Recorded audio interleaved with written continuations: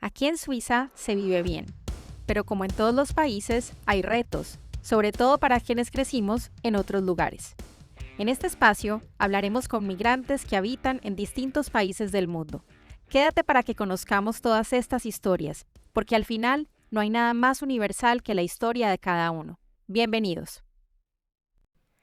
Esta es la segunda parte del episodio con Marina Villar.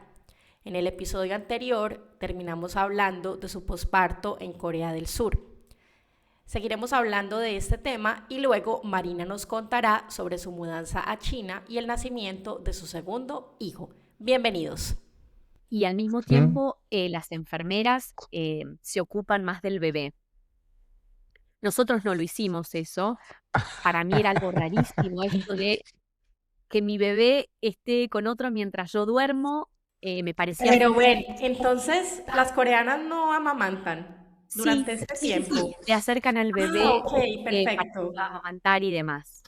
Pero realmente yo creo que están muy, muy, muy enfocados en la mamá más que en el Ujú. bebé. No porque no le den importancia al bebé, por supuesto que sí, pero creo que lo sienten desde si la mamá está bien y se recupera rápido y demás, puede después enfocarse en su bebé. Pero creo que tal vez no le da ese espacio al papá. Y no sé cómo se siente el papá, tal vez porque es coreano y está más enfocado en Está mi, trabajando. mi, exacto, mi función principal es la de proveedor y de trabajar. Él siente que apoya desde ese lado.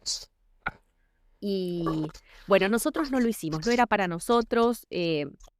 Me parece fantástico tal vez para los coreanos, les funciona muy bien, lo hacen desde hace muchos años atrás.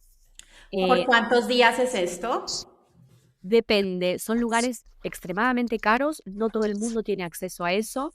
Ujú. En general lo hacen de acuerdo a sus posibilidades económicas, pero hay familias que llegan a hacerlo hasta por un mes. Wow. Mm, Pero entonces no lo cubre como el seguro. Pues como el No, seguro de salud básico no te no, lo cubre. no, Ok, es eso un es extra. aparte. Oye, yo perfecto. tengo una Entonces curiosidad. ustedes no lo hicieron. Nosotros no lo Vale. hicimos y termino rápidamente. Y mis papás habían llegado el día anterior que Luna naciera. Los fui a buscar al aeropuerto a las 8 de Ay, la jue noche madre. y al día siguiente, 8 de la mañana, empecé con trabajo de parto. Así que Yo tengo una fue, curiosidad. Cuando nace ella, pues a uno le piden, bueno, dos cosas. En Suiza, pues uno tiene que dar el nombre que le quiere dar al recién nacido, ¿cierto? Pero bueno, en Suiza usan los mismos caracteres que nosotros. ¿Ustedes cómo hicieron? ¿Les tocó escribir el nombre de ella?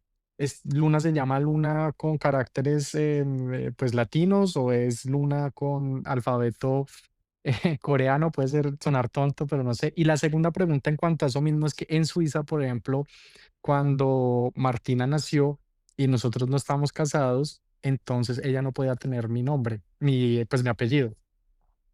Entonces Martina es propiedad de la mamá. Yo, no tenía nada que ver ahí.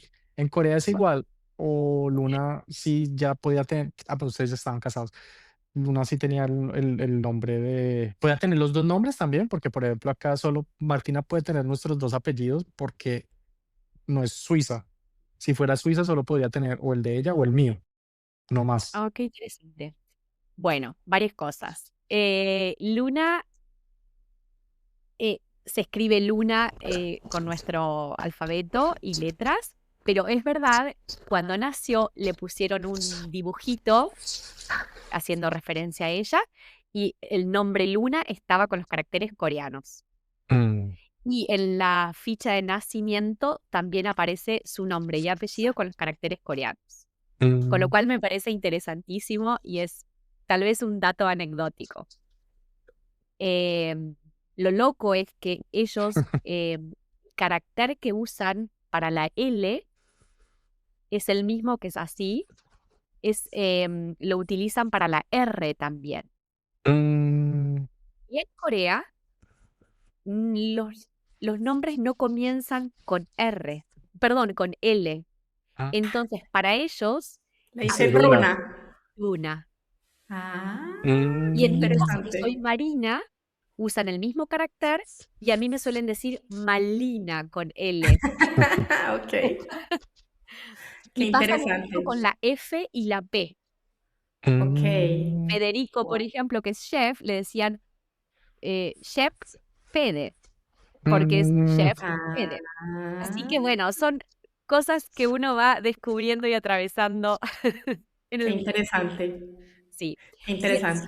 y después, con respecto a esto que me decís de los nombres, sabes que no sé, te debo esa respuesta. Lo que sí sé que en general el papá es el que tiene el poder ante un divorcio, por ejemplo, es más probable que la tenencia y, y en general en todo sentido pase al papá el niño. mm. Si es extranjero, aún más. Si el papá es coreano y la mamá es extranjera, es muy, muy, muy difícil que vos puedas tener la tenencia de tu hijo. Pregunta, ¿uno recibe la nacionalidad coreana por nacer en Corea o es por sangre? Es por sangre, sí, no. Son 100% argentinos en ese sentido, sí, Como aquí también. claro, Sí. Ok. sí, Bueno, entonces tus papás llegaron a ayudarte. sí. Lo ¿Y cual fue cuánto tiempo se súper. pudieron quedar? Se pudieron quedar 2 meses Ok. y fue realmente de gran ayuda, Sí. porque bueno, uno como madre primeriza hay mucho por descubrir, mucho para aprender y sí, fue de gran ayuda. Y tú en ese momento no estabas trabajando, No estaba trabajando, no. pero quisiera saber de todas maneras de cuánto es la licencia de maternidad en Corea y hay licencia de paternidad. Licencia de paternidad puede ser que sea de 2 días. Wow. Licencia de maternidad. Es un tema que sabes que lo tendría que averiguar bien porque no quiero decir algo que no conozco del todo, pero en general las licencias, y lo mismo en Japón, son muy cortas las licencias pagas. Ok, como en Estados Unidos. Exactamente. Después uno puede decidir tomarse unos 6 meses, por ejemplo, y la compañía se compromete a guardarte un lugar, no necesariamente para que regreses en la misma posición, pero en general esa licencia es sin ser paga. Y creo que es algo que hoy en día están empezando a considerar para hacer un cambio, porque hoy están incentivando a las parejas más jóvenes a tener hijos porque su población se está achicando, Ajá. tanto en Japón como en Corea. Necesitan dar más beneficios a esa mamá y a ese papá para que Más puedan. estímulos. Sí, exactamente, sí. Ujú. Y bueno, tú nos contabas, bueno, que tienes 3 hijos y que nacieron en diferentes lugares. Me estoy adelantando un poquito, perdón. Dos Perdón, hijos. 2 hijos, perdón. Pero Luna alcanzó a tener algún tipo de educación en Corea, educación, pues, en alguna guardería, ir al jardín, no sé. Y, y, y te sorprendió algo, es diferente, no es diferente, es lo mismo, somos lo mismo. Bueno, el tema de educación es todo un tema súper complejo y súper interesante. Luna estuvo conmigo hasta que cumplió 2 años y cuando cumplió 2 años decidimos mandarla a un jardín de infantes. No sé si en Colombia dicen también jardín de infantes o. Jardín infantil. Ok, bien. Em, que era un jardín internacional, era Ujú. todo en inglés em, y también con actividades en coreano. En Bilingüe. Corea creo que bilingüe, sí, podemos decir que era bilingüe. En Corea hay una fascinación con que los chicos aprendan el idioma inglés casi a la perfección. Cuanto mayor el nivel económico de los padres, más se obsesionan con que los chicos hablen inglés. Y con esto de obsesión me refiero a que, por ejemplo, toman la decisión a veces de que la mamá embarazada coreana vaya a vivir, por ejemplo, a Estados Unidos, tener su bebé allá, incluso cuando el papá tiene que quedar en Corea, que el bebé nazca en Estados Unidos y pase sus primeros años allá, como para que adquieran el idioma. O por Es que ejemplo, para ellos Estados Unidos es como el cielo, ¿no? Bueno, Estados Unidos fue un país muy importante para ellos cuando Claro. sucedió lo de la guerra entre las dos Coreas. Ujú, ujú. Eh, y sí, se nota que tienen mucha influencia Eso. americana, Ujú. y es real. ¿No viste por ahí Eh, la bandera colombiana? mm, Que yo una vez pude ir a Corea y los coreanos, pues eso solo como anécdota, Colombia fue el único país de Sudamérica que apoyó a Corea del Sur, a la República de Corea en la guerra de las bueno, Coreas. Y nosotros bueno, tenemos ingresos sin visas, y creo que creo que podemos estar un tiempo allá. Eso es solo como anecdótico es el único país es que he visto que los colombianos somos como bien recibidos, bienvenido. como ven. Bueno, interesantísimo eso, es verdad. Ahí está el Museo de la Guerra, no sé si fuiste. En Hay la un zona memorial. desmilitarizada. Bueno, puede ser que esté la bandera en la zona desmilitarizada. ¿Fuiste? Sí, claro, no me lo Bueno, podía ya bien, perder. bien. ¿En qué año fuiste? Uf, 2013, 2013. No, no, puede ser mentiras. 2000, No, me equivoqué. 19, No, no, no. 18, 2018. 18 o 17. 18. Bueno, ok. Yo fui en el 2013 y luego hubo unos años, alrededor del 2017 y 18, donde hubo un acercamiento enorme entre las dos Coreas. Ujú. Se trabajó, incluso se habló para una posible unificación y en ese momento modificaron bastante esa zona demilitarizada. Mm, No sé cómo está como más amena, eh, más friendly y demás. Ahí puede ser que esté la bandera. Pero aparte también la bandera entonces colombiana está en el memorial frente al Museo de la Guerra, porque están todas las banderas de aquellos que colaboraron, ya sea con dinero o con mandando tropas. parte del ejército, o a veces mandaban médicos eh, haciendo donaciones, y están todas las banderas de todos los países colaboradores. Así que seguro están ahí. Bueno, volvamos al tema de Luna y el jardín de infantes. Ah, ok. Bueno, Perdón. entonces, para ellos la educación es algo fundamental en la sociedad coreana. Creo que es el país con mayor cantidad de adultos universitarios. Mm. Mm, Em, entonces, si las familias tienen posibilidades de que sus hijos aprendan inglés, van a hacer lo imposible para que eso suceda. Con lo cual, en esta escuela bilingüe, y aunque fuera internacional, que la mayoría de las veces son escuelas para familias internacionales, ahí de todas formas la mayoría de sus compañeritos eran coreanos. Creo que había 2, 3 nada más que eran extranjeros. El resto eran todos coreanitos que aprendían inglés. En ese momento ese jardín de infantes era como una casa antigua muy, muy grande y no había aulas. Estaban todos como disfrutando y pasando de una habitación a otra habitación. Fue una experiencia excepcional. Ella estuvo ahí un año, después nosotros nos mudamos, pero cuando regresamos a Corea, volvió a ese lugar, que en ese momento ya eran una institución mucho más grande, habían cambiado de edificio y donde hizo otros 2 años como escuela primaria, y Francis, nuestro segundo hijo, hizo ahí su jardín de infantes, su primera experiencia. Fue extraordinario, son sumamente cuidadosos y amables y cariñosos con la niñez. Son extraordinarios. Yo creo que una de las cosas más destacables de los coreanos es el trato hacia la niñez y hacia los ancianos.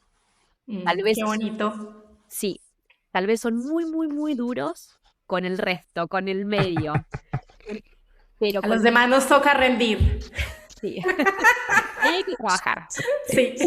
Son extremadamente exigentes con los adolescentes. Una vez que los niños comienzan la escuela primaria, a partir de los 7 años, la educación se vuelve casi hostil, porque hay una competencia enorme y esta Ujú, necesidad de ser el mejor, de sacar ujú. todos 10, de prepararse para los exámenes que después te van a permitir ingresar en una universidad o en otra. Eh, y la conversación es larga si se quiere, porque realmente como la competencia es tan alta y esta necesidad de ser mejor y destacarme, hace que eso lo vaya formando de alguna forma para el individualismo. Y no sé si a ustedes les pasó, pero en Argentina pasa mucho esto de estudiar en grupo, en la universidad, Total, siempre. compartís la Uno información, se ayuda, los total, resúmenes. Bueno, todo el tiempo. allá no pasa. En la universidad del sistema es muy particular. Ellos, por ejemplo, hay cupo para poner 10 A. Si yo corregí 10 exámenes y son todos A, el siguiente examen que corrijo, aun cuando merezca una A, no se la pongo.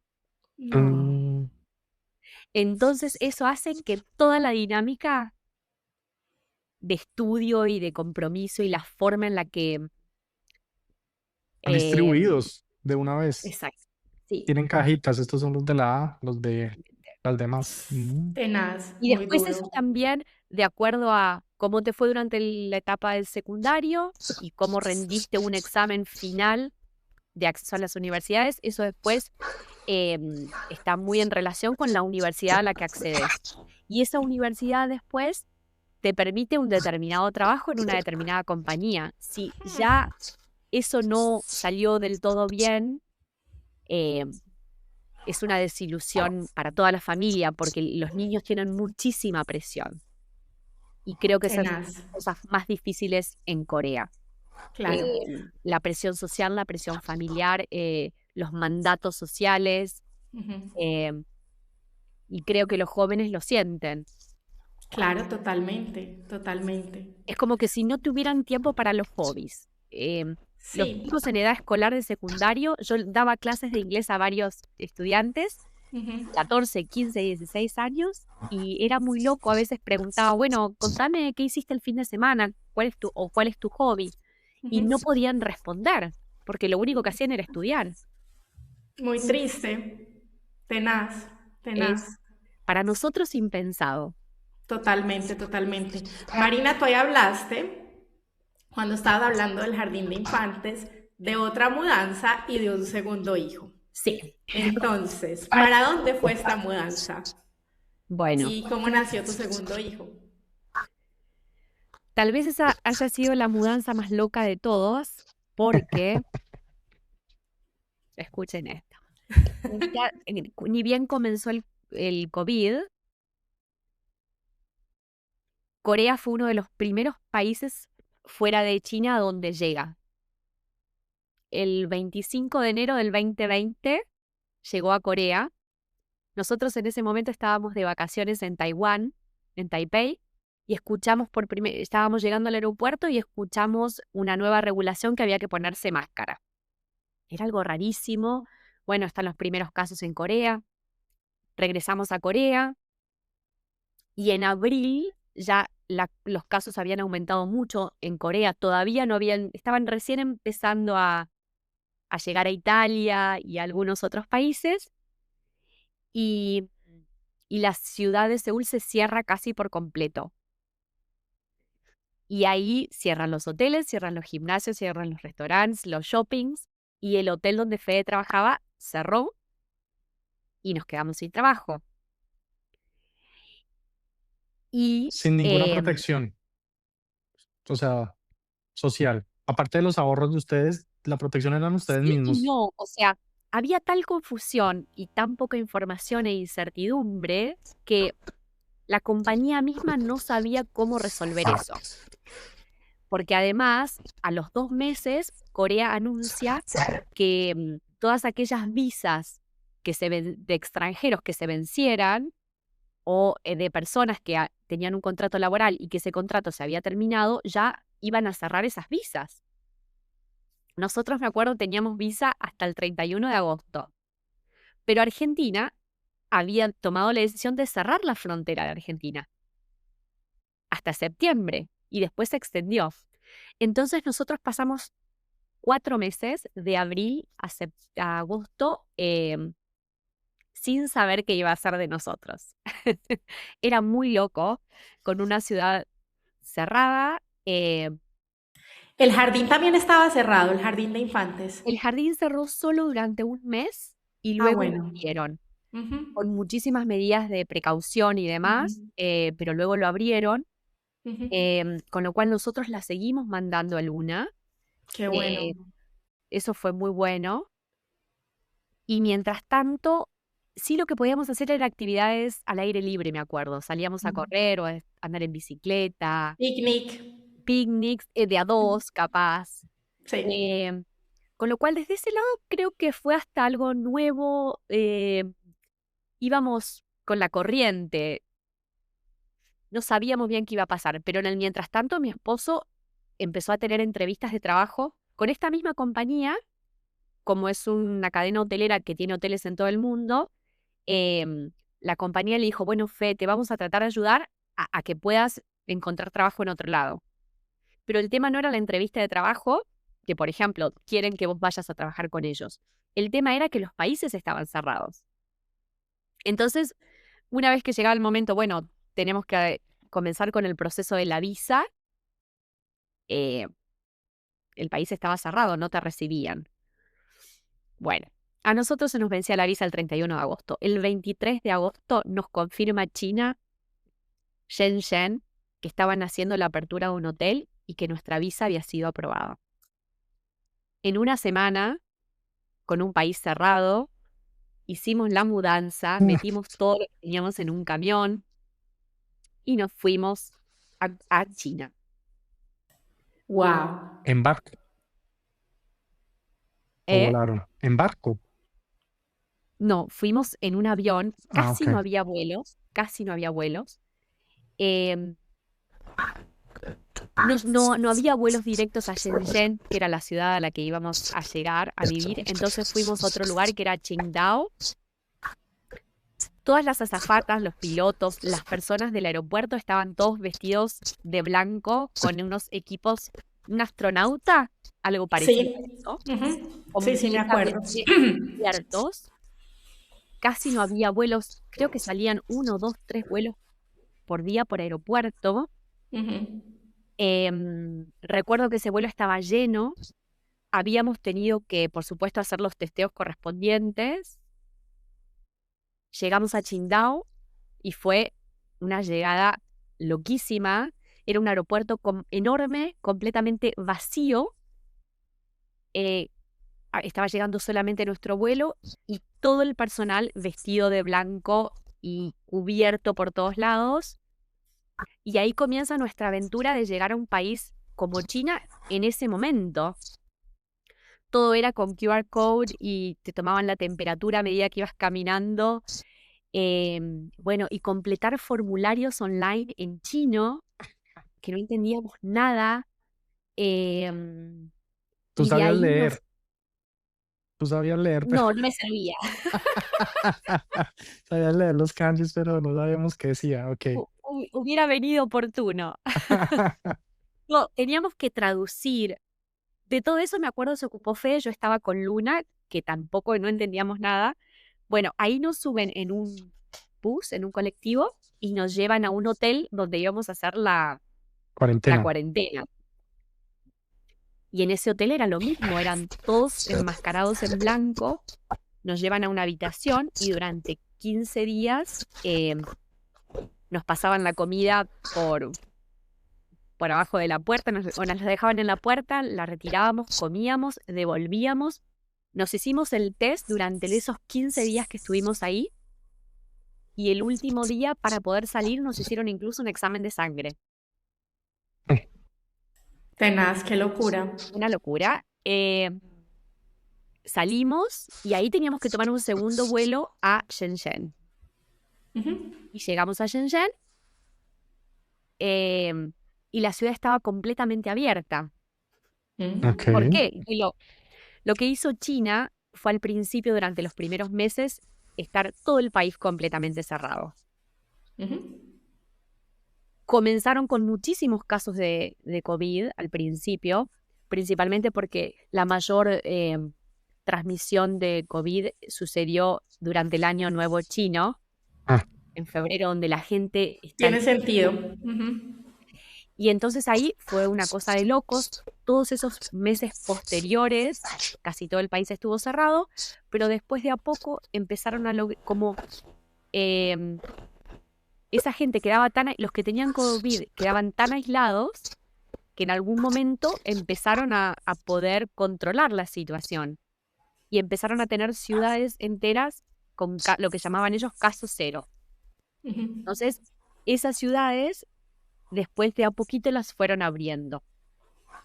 Lo que sí no había posibilidades era de moverse de ciudad en ciudad o a veces de barrio.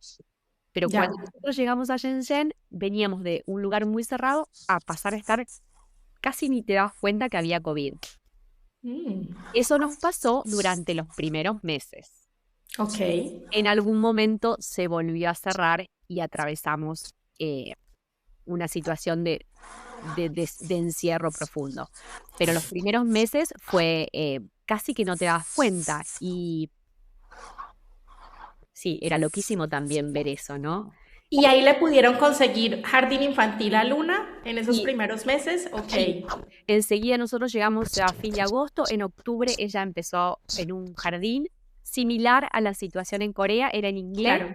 era un jardín internacional donde tenía inglés-chino, o sea, bilingüe, y era muy cerquita de casa y fue genial. Sí, fue O sea que en ese momento ella hablaba español, inglés y coreano también.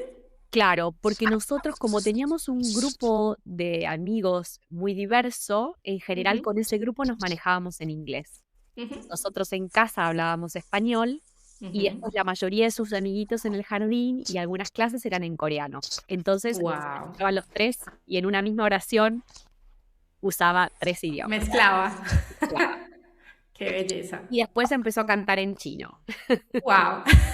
Oye, pero ese encierro no incluía a los niños, o sea, los niños iban al jardín o todos se tuvieron que quedar encerrados. La familia entera se tuvo que quedar encerrada, de lo que hablabas. ¿Tú dices cuándo? Cuando volvieron a cerrar en Shenzhen. Ah, no, ahí todos.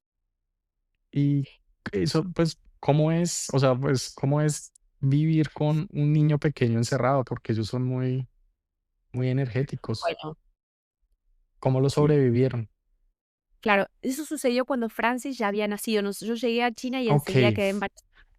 Ujú. Ese primer periodo de embarazo fue también muy particular, porque, por ejemplo, en ese momento Shenzhen estaba con caso cero, pero al mismo tiempo, si vos tenías algún síntoma de COVID, por ejemplo, fiebre, aunque no fuera COVID, no podías acceder a una clínica particular o tenías que ir como a un hospital específico del COVID.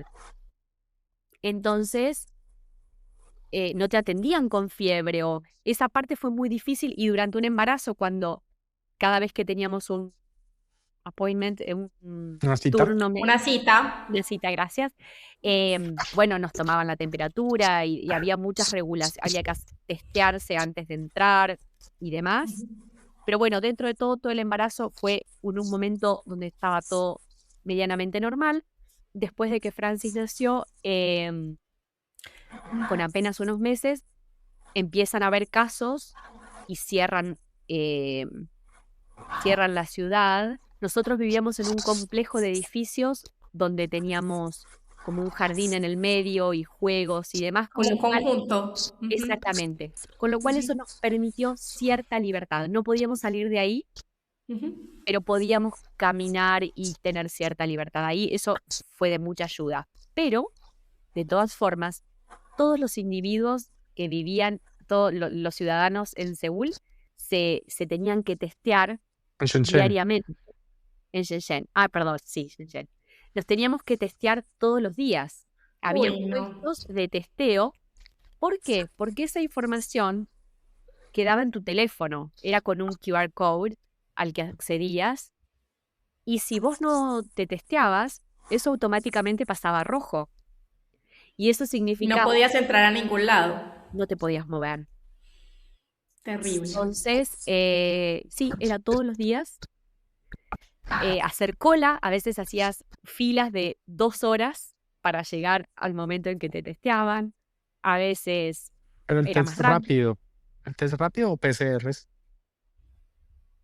Sí, un test rápido de que salida? después te daban el resultado. Al rato te llegaba como la información, Ujú. ok, ya estoy verde, bueno, puedo ir y tomarme un taxi o puedo ir al supermercado. Si bien estaba todo muy restringido, una vez que tenías el código verde podías moverte. Ujú. Bueno, y ahí me quiero devolver al parto de Francis. ¿Cómo fue el Sí, parto de Francis comparado con el parto de Luna? ¿Qué tal la atención en China? bueno, ahí el hecho de que fuera durante este periodo especial hizo que Mm, hasta último momento uno no pudiera decidir el lugar donde Francis iba a nacer, mm. porque si por esas Estaban casualidades al algo no límite, ¿no? estaban al límite, porque había, si llegaban a ser un poco antes de la fecha de parto, estaban destinados a otros lugares. Entonces, toda esa etapa previa la recuerdo como más estresante. Y más cuando tenés una niña chiquita, que bueno, había que considerar con quién se queda, dónde está, cuando llegue el momento y demás. Pero bueno, por suerte, todos los test que íbamos teniendo daban negativo para COVID, entonces desde ese lado el embarazo fue sucediendo bien. Yo tuve un muy buen embarazo y la atención fue más difícil porque ahí nadie hablaba inglés. Entonces nos asignaron una traductora que nos acompañaba durante las citas y después una traductora que nos acompañó durante el momento del parto. Pero no era siempre la misma, entonces, bueno, ¿Y era una traductora de chino a inglés o de chino a correcto. español? No, español no, en ningún lado. Ok, Era de chino a inglés. ok. Eh, y el momento, nosotros tuvimos una dificultad durante el parto y sí fue complejo esta situación de tener un traductor y una traductora que en un momento yo la vi entrar en pánico y entonces es cuando todo se hace más complejo. Yo siempre digo, cuando Claro. vive en este tipo de lugares tan ajenos y con otro idioma, si todo va bien, todo es relativamente fácil. Sí. Exactamente. Cuando algo se complica, ahí es cuando ves esa soledad en su mayor Y la Esplendor. impotencia. sí, Sí. sí, Es que sí me acuerdo que uno de los textos que escribiste fue sobre eso, sí. sobre el parto. Me acuerdo de esa escena, sí. Sí, tuvimos nosotros, lo que nos pasó también es que en general un parto es de unos 40 semanas, ¿no? Un, Sí. Ujú. un, un embarazo. Yo iba por la semana 41 y yo ya sentía que estoy lista para que Francis nazca y hablé con la doctora y le dije, por favor, hagamos una inducción. Y me Claro. parecía muy riesgoso que 41 semanas siguiera. Y yo creo que desde ese momento empecé a darme cuenta que no tenía demasiado control sobre Mm, las decisiones. Era como que las decisiones estaban tomadas por ellos, no por lo que yo dijera. Pero bueno, finalmente aceptaron mi propuesta petición. mi petición de hacer una Ujú, inducción. ujú. A las 41 semanas lo hicimos, pusimos una fecha, el horario, eh, y comenzó todo el trabajo de parto. Y a la mañana, 9 de la noche, mi médica me dice, o la partera me dice, ya estamos listos para que nazca. Y empezaron a pasar las horas, las horas, las horas, las horas. Y después descubrimos que el cordón umbilical tenía 2 ruedas Mm, Mm, alrededor de Estaba estrangulándolo. Francis. uf. Exactamente. Entonces, claro, bajaba el ritmo cardíaco. Y, y yo en ese momento recuerdo también diciendo, por favor, hagamos una cesárea, Claro. tomemos la decisión. Y yo siento que en ese momento tampoco fui escuchada y que lo llevaron a un límite. Podría haber salido mal. Y después cuando Francis nació, no lloró, tardó en Mm, llorar. Y en ese momento, Estrés. sí. Y fue cuando yo le decía a la traductora, decime qué pasa. Y ella estaba completamente En pánico. en pánico Ujú. y por suerte después salió todo bien, pero creo que sí, esa barrera idiomática eh, lo hace más complejo todavía. Claro, y en esos momentos de estrés que a uno, pues lo primero que le sale es como su lengua materna, Sí, porque no tiene tiempo de pensar, sí, es muy complicado, es muy sí. complicado. Y es como que Entonces, bueno, sí, dime. no, es como que uno necesita esa conexión, mirarme a los ojos y decirme algo. Claro, totalmente, totalmente. Bueno, entonces ahí, ¿cuánto tiempo más se quedan en China? Porque después nos dijiste que volvieron a Corea. Claro. Bueno, nosotros ahí estuvimos casi 2 años y Ujú. el motivo principal de la decisión fue que el resto del mundo se empezaba a abrir y nosotros seguíamos En completamente cerrados. pandemia. Todo China seguía cerrado, no se sabía Mm. cuándo iban a abrir las fronteras. Esto era, nos fuimos en mayo 2022, Ujú. Francis tenía 9 meses y sí, China no abrió sus fronteras hasta diciembre del 2022. Con lo cual nosotros unos meses antes empezamos a darnos cuenta que necesitábamos aire, que necesitábamos volver a visitar a nuestra familia, que nos pudieran visitar, Claro. salir de ese encierro y aparece una oportunidad laboral en Corea nuevamente. En Seúl también. Eh, ¿Cómo? ¿En Seúl? Bueno, otra cosita ahí dando vueltas. No fue Seúl, era en el interior, pero ahí tomamos la decisión de dividirnos en 2 casas. Yo me fui a Seúl con los niños, Wow. Mm, estaba en el medio de un resort de golf, Ok. lejos de todo, eh, y fue difícil también porque, bueno, Luna tenía 4 años, Francis no llegaba al año, y bueno, y fue esa dinámica de volver a reacomodar la familia. Y Y en decidieron eso porque tú no querías estar como en medio de la nada, ¿no? Claro, Me porque imagino. sentimos que necesitábamos escolarizarla en un lugar donde tuviera acceso a... eh, yo creo que una cosa es Seúl, como ciudad capital, que es mucho más internacional, pero cuanto más al interior te vas, más 100% coreano es, y Más no era, difícil. claro, no había una posibilidad de mandarlo a una escuela en inglés. Las Ujú. amistades iban a ser todas en coreano, y nosotros ya, habiendo vivido 2 veces en Corea, yo me sentía mucho más segura yendo a Seúl, donde todavía teníamos amigos, donde podía volver a su ya misma tenías escuela. De una hecho, red. ahí, claro, teníamos Claro. nuestra red de soporte de nuestra comunidad y demás, y creo que por un lado fue una muy buena decisión, y bueno, y por el otro lado no dejábamos de estar divididos, separados, nos veíamos los fines de semana, o yo iba para allá o él venía. eh, También fueron casi 2 años Duro. situación. Sí. Pero tú podías contratar como niñeras que te ayudaran de vez en cuando, algún Eh, tipo de personal de apoyo, no sé. no tuve niñera, sí tenía una persona, una señora filipina que iba a casa una vez Mm, por semana a ayudarme un poco con la limpieza, Ah, y ok. sí, y alguna vez también empecé a dejar a Francis con ella, aunque sea 1 hora, después 2 horas, como para, sí, para tener cierto apoyo. Ujú, ujú. Que creo que sí, fue una de las cosas más difíciles tal vez de esa tercera etapa nuestra en Corea, teniendo 2 chiquitos tan chiquitos. em, y ahí mi red era menor también, porque muchos de nuestras amistades ya habían dejado Corea.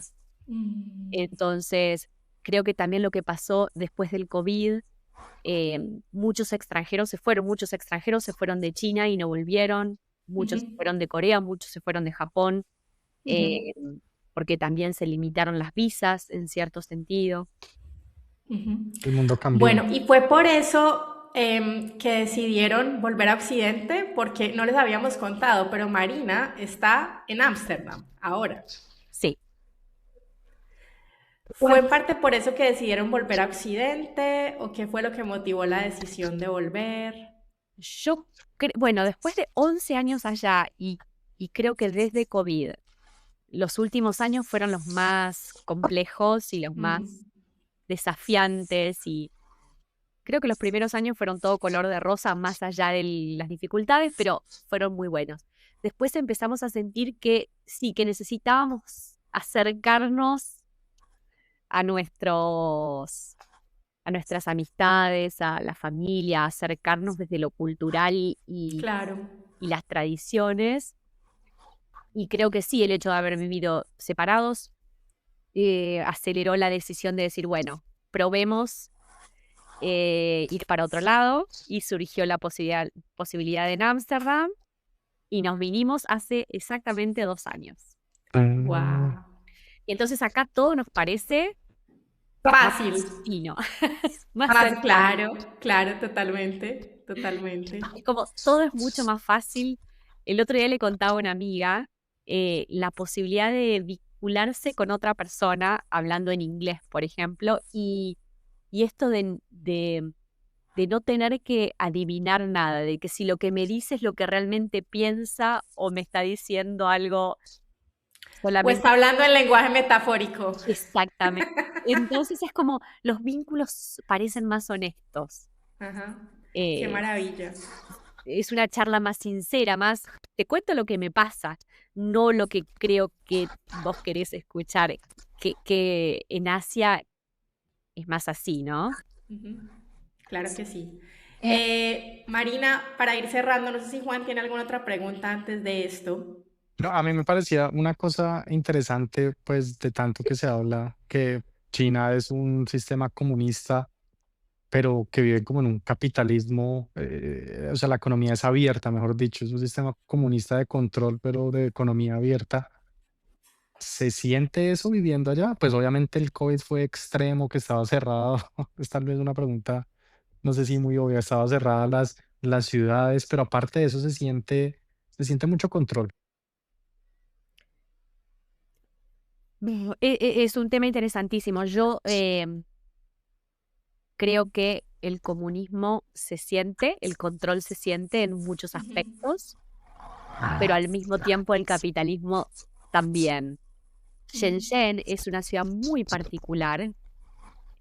Se los hago corto porque sé que ya estamos terminando, pero es una ciudad que hace 40 años atrás era una ciudad pesquera, y tomaron la Ok. decisión de transformarla en un puerto internacional, tecnológico y de primer nivel, y crearon una ciudad de cero, que hoy es como el Silicon Valley de China. Es súper moderno, es Dubái en China.